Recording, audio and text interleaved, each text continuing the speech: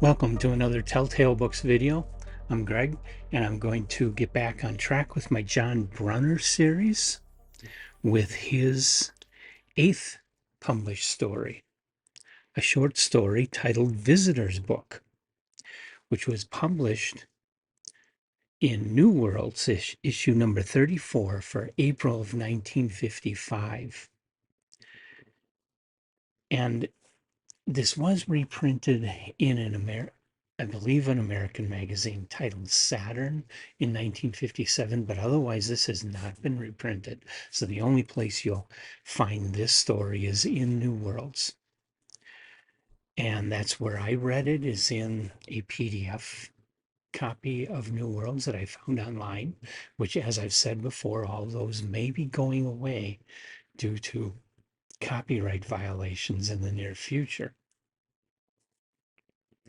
which will kind of be sad because if that goes away, I mean, there's only so many used copies of that issue of New Worlds available. And, that otherwise the story will just disappear because it's never been collected into a book. Anyway, the Story Visitor's Book starts off from the point of view of Earthmen who are monitoring data sent back from a robot base way out at the edge of the solar system. Apparently, they've got a number of these around the solar system, monitoring whether or not any aliens or anything comes into the solar system from somewhere else. And then the story switches over to the point of view of an alien ship that comes into the solar system.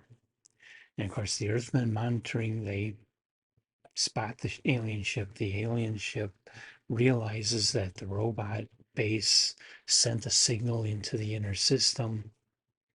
And there is an Earth ship not too far away that is coming to investigate. And they blow up both the robot base and the Earth ship.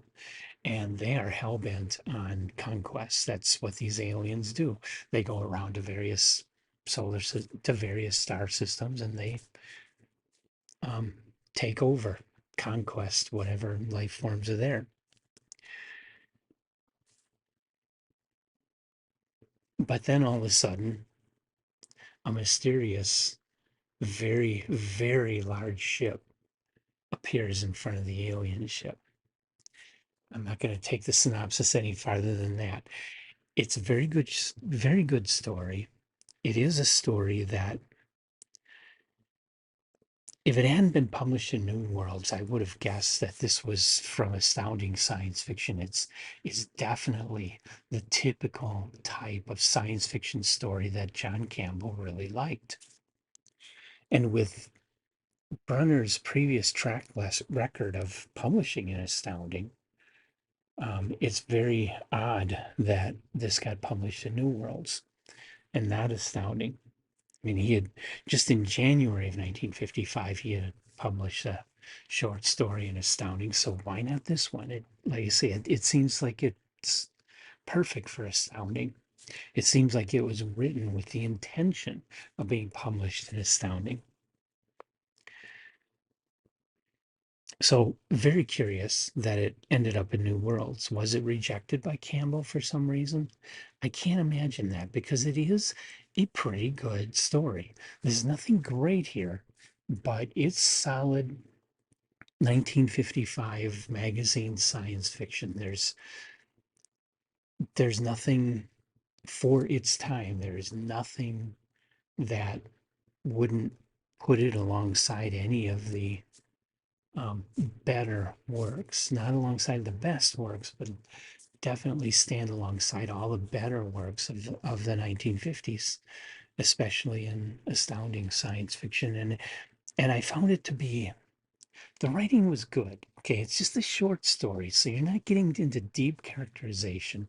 It is more of an idea story, and the premise of the story, the thing that that gets revealed in the end is interesting, and it's a little obvious early on, but it's still interesting. So it does have a nice ending. The only thing I would nitpick about it is that the aliens are too much like human beings. There's not really anything alien about them. He doesn't really describe the aliens, but he does have the aliens speaking, and their manner of speech is very British,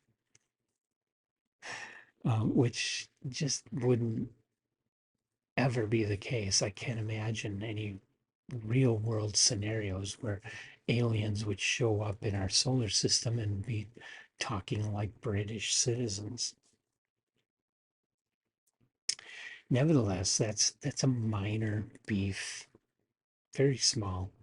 And so the story is entertaining and recommended. This is a solid story. This is John Brunner writing professionally and doing a good job. And so I do recommend it. If you have a liking for 1950s science fiction, if you have an interest in John Brunner, if you like the sorts of things that Campbell published by the likes of H.B. Piper, Paul Anderson, or John Brunner in Astounding, then this story is one you should check out. You may like this very much.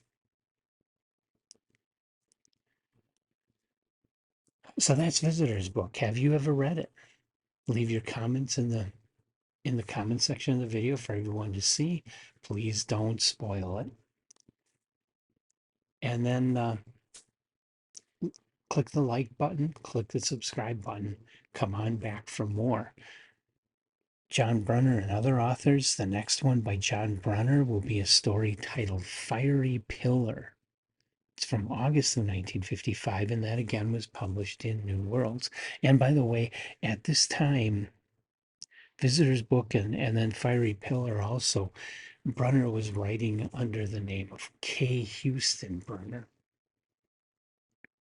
which is John Brunner's full name. I forget what the K stands for, but it is John K. Houston Brunner. That's his full name. And so K. Houston Brunner is really still him writing under his name. It's not a pseudonym.